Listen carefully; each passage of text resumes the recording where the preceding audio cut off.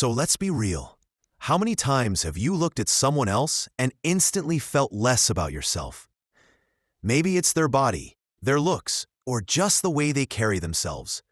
In today's deep dive, we're unpacking the truth behind physical comparison, why it quietly drains our confidence, and how you can finally break free from it.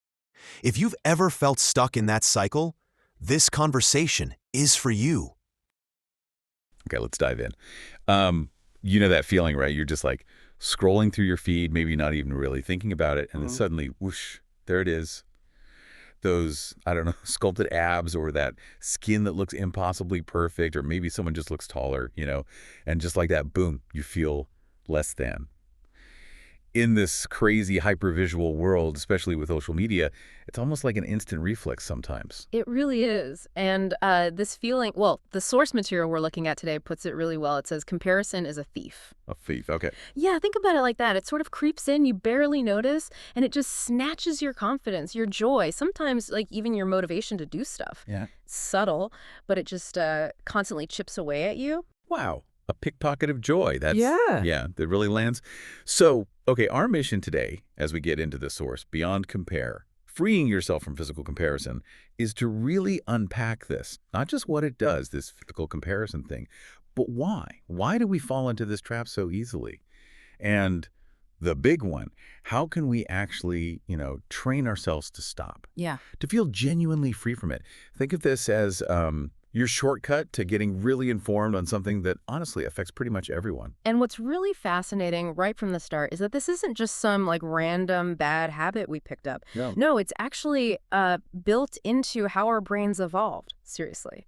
Thousands of years ago, comparing was key for survival. Survival, how so? Well, if someone in your tribe was, say, a faster runner or a stronger hunter, you'd watch them, you'd compare yourself, and you'd learn. It was purely practical. Improve your skills, improve your chances of, well, staying alive. Okay, that makes sense from like an ancient perspective. Learning, adapting. But here's the tricky part now, right? Our ancient brain is doing that same comparison, but it's not looking at the hunter next door. Exactly. That's the modern distortion. It's looking at millions of images online, images that are filtered and curated and edited. Yes, millions of them. And the source is really clear on this. You are comparing yourself to illusions, not to reality, not to truth. Illusions. Yeah, and just getting that, truly understanding that deep down that you're basically racing against something that isn't even real, that is the absolute first step. It changes everything, that realization. Okay, so that's a huge first step, realizing it's often an illusion we're up against. So once we start to kind of absorb that idea, what practical things does the source suggest? How do we reinforce that shift? Well, one really key strategy is about consciously managing your exposure, your triggers. Right, like if scrolling always makes you feel bad. Precisely. If you consistently feel kind of deflated or anxious after being online, that's not you being weak, it's a signal. Your brain is saying too much. So the source suggests really practical things. Maybe try a visual detox for a week, just step away.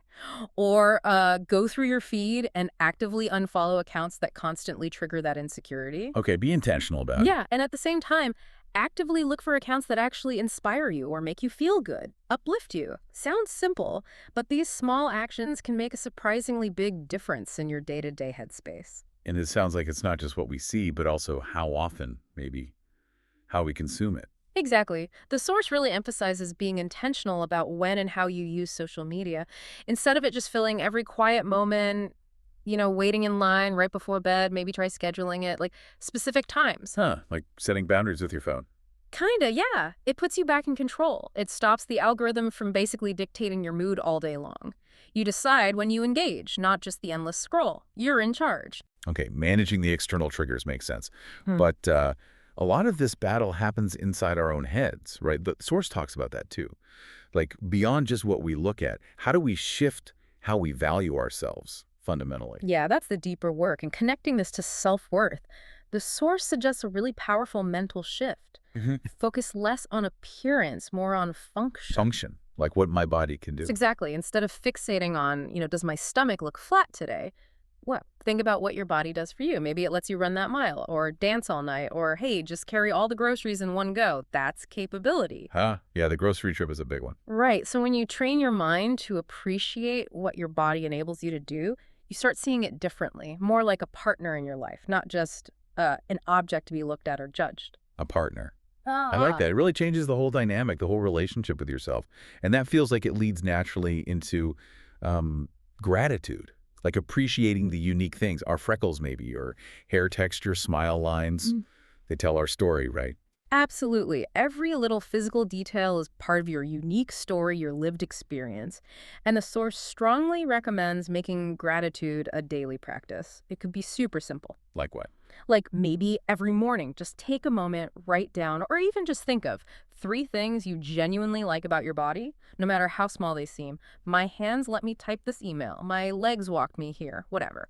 Over time, doing this consistently actually starts to rewire your brain. You begin to notice the positives before the negatives. That's huge. That sounds like a really practical exercise.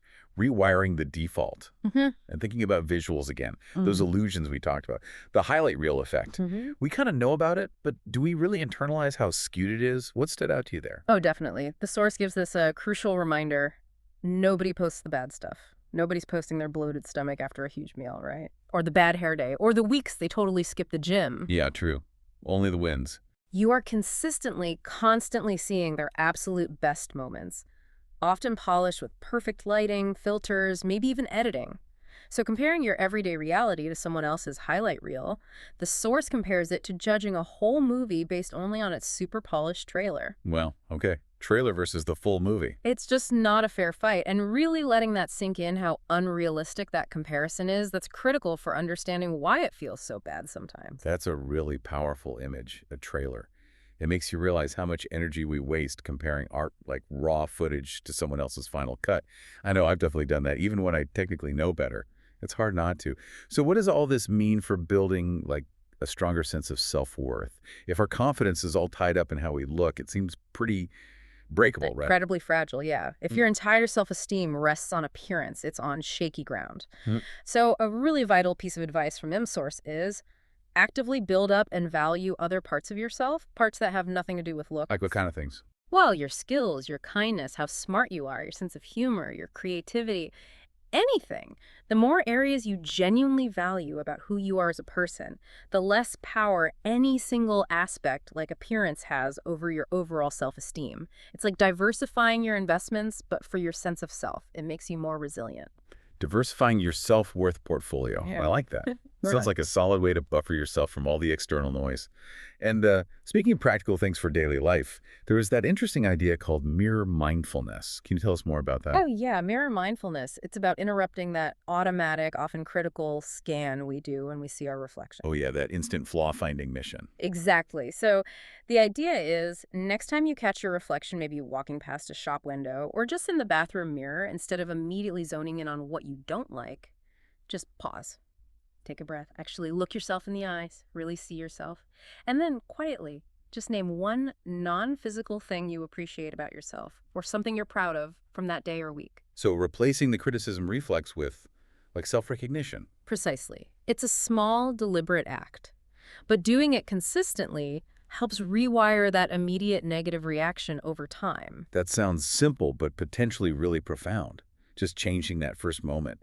And finally, it seems like our environment matters too, right? Beyond just our own habits. Oh, absolutely. The source really emphasizes the importance of surrounding yourself with realism. Realism, meaning Meaning, choose friends, choose media, find communities online or offline that actually embrace and show natural diversity in appearance.